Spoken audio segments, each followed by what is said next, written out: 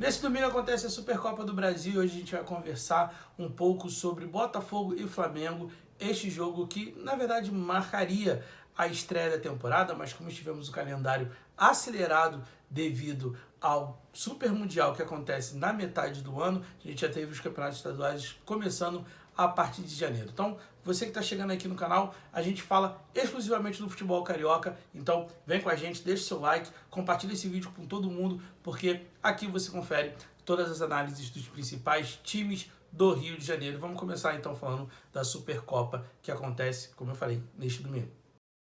Vamos começar aqui pelo Flamengo, que para mim é o favorito desse jogo, até por ter dado continuidade ao trabalho do Felipe Luiz, que começou lá no fim do ano passado, culminando com o título da Copa do Brasil. O Flamengo deve vir pressionando o time do Botafogo, algo que a gente viu acontecendo no jogo contra o Volta Redonda, que marcou a estreia dos titulares no Campeonato Carioca. Muita pressão na saída de bola e também um perde-pressiona logo para tentar recuperar a bola o mais rápido possível lá na fase do ataque. Um time bem dinâmico, pegando aí como exemplo o jogo contra o Volta Redonda, o Plata vindo da direita para o centro, o Michael da esquerda para o centro, com o Bruno Henrique flutuando e uma grande aproximação do Gerson com o De La Cruz. E para mim essa vai ser a grande mudança para esse início de ano, né? O Arrascaeta deve vir do banco, está voltando de cirurgia e o De La Cruz vai começar, na minha visão, como titular, fazendo essa dupla com o Gerson no meio campo para pressionar bem o time do Botafogo. E o Arrascaeta entrando no decorrer do jogo. Um ponto de atenção para esse time do Flamengo é as subidas do Wesley pelo lado direito, que pode causar danos ali ao time do Botafogo. A dúvida está ali quem vai ser o primeiro volante, se vai começar com o Pulgar ou se vai vir com o Alan, que fez um ótimo jogo contra o Sampaio Corrêa. A zaga, Léo Ortiz e Léo Pereira, apesar do Danilo já ter sido apresentado, não vai jogar esse jogo, e o Alexandre completando ali a lateral esquerda. Esse é o time do Flamengo, que para mim é o favorito para esse jogo. Olhando para o Botafogo, estreou os titulares no clássico contra o Fluminense, a mesma base do time que foi campeão da Libertadores e campeão brasileiro de 2024, com, claro, as saídas do Thiago Almada e também do Luiz Henrique, além do técnico Arthur Jorge. O grande diferencial desse time está no avanço, né? O jogo contra o Fluminense marcou o Matheus Martins substituindo o Almada, atacando pelo lado esquerdo, e no lugar do Luiz Henrique entrou o garoto Lobato. Eu acho que vai permanecer desse jeito, principalmente porque essa, na ponta direita ali, né, é onde vai avançar o Wesley, então é bom ter essa recomposição. E também eu acho que o Lobato vai recompor um pouco mais do que o Arthur, por exemplo, que já foi anunciado e já está no bid e pode estrear. Eu acho que o Arthur vai ser opção para o segundo tempo. Inclusive, esse vai ser o grande diferencial do jogo, o banco de reservas. O Flamengo perdeu o Alcaraz essa semana, já foi negociado com o Everton, mas o Flamengo tem mais peças no banco para poder mudar o jogo do que o Botafogo. E por isso também que eu acho que o Flamengo é o favorito. Vai ser um grande jogo, claro, mas o Botafogo vai muito do que o pessoal está dizendo, é o jogo de memórias, o jogo de memória do ano passado, transição rápida, toque de bola, mas o Botafogo pode beliscar o Flamengo no seguinte ponto.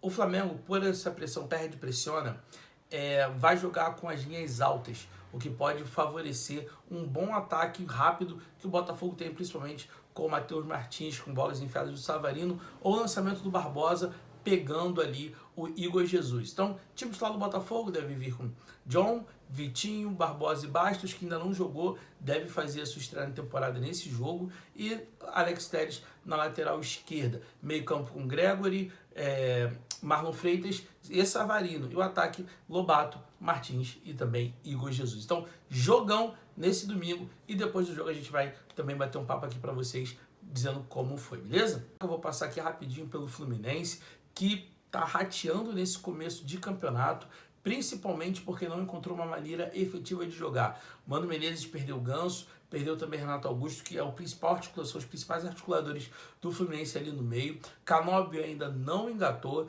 então o Fluminense ainda não se encontrou qual o seu estilo de jogo. Se vai fazer um estilo responsivo, né? Se vai esperar mais os outros times atacarem e tentar num contra-ataque, né? Chegar à meta adversária, ou se vai propor o jogo. pelo elenco do Fluminense e principalmente por essa renovação. A gente vai lembrar que o grande problema para o início de 2024 era que o Fluminense era um time bem velho e o Fluminense fez contratações para rejuvenescer, para dar gás a esse elenco, né? Então a gente pode esperar que o Mano Menezes vá apostar mais na velocidade do que efetivamente com a bola no pé. Tem a questão do Ares, que já manifestou o desejo de sair do time, de ir para a Europa. O Fluminense tem rejeitado constantemente propostas que vêm do continente europeu pelo Ares, já rejeitou recentemente uma proposta do Feyenoord da Holanda. Então a gente não sabe como está o Ares com a cabeça dele para esse começo de temporada. Ele quer sair, o Fluminense está fazendo jogo duro para não liberar o jogador. Destaque, o garoto Riquelme tem jogado muito bem, tem pedido passagem e pode ser o trunfo do Fluminense aí nessa primeira metade do ano. Vamos falar do Vasco. Vasco que tá com Carille e tem proposto um jogo um pouco diferenciado daquilo que muita gente esperava. A gente lembra do Carille campeão com o Corinthians em 2017, o time fechadinho lá atrás, com o Jô fazendo muitos gols. Ele tem um Jô da vez, que é o Veguete, mas o Vasco tem jogado bem com a bola, tem trabalhado, tem um meio campo mais leve com o Tietê, Paulinho, que é talvez o grande reforço da temporada do Vasco, é a volta do Paulinho, estava muito bem antes de se lesionar no ano passado, mas o Vasco ainda precisa de peças, principalmente de velocidade, pelo lado do campo. Então, a gente tem também o Coutinho mais em forma nesse começo do ano, vamos ver o quanto isso pode durar, porque a gente lembra que em 2024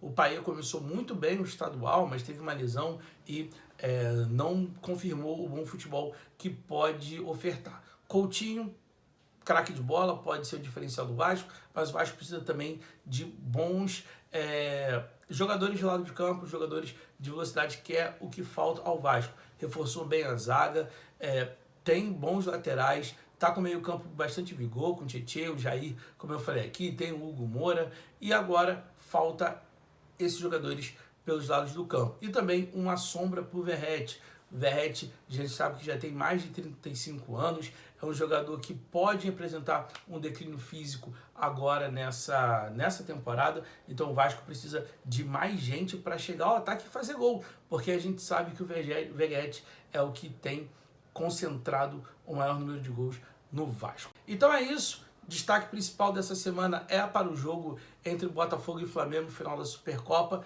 Depois a gente vem conversar e vamos também fazer uma análise aí da rodada dessa semana do Campeonato Carioca. Tem Vasco enfrentando Volta Redonda que vai ser pauta aqui também. A gente vai conversar sobre, principalmente quando começar o Campeonato Brasileiro, que Volta Redonda está na Série B, e vamos destacar outros times também quando avançamos aí na Copa do Brasil. Deixa o seu like aqui no vídeo, compartilha com todo mundo, se inscreve aqui no canal se você está chegando agora, se chegou de supetão, deixa sua crítica aqui, sua análise, seu comentário, tá aberto aqui, vamos conversar e criar essa comunidade junto. Valeu, galera, até a próxima.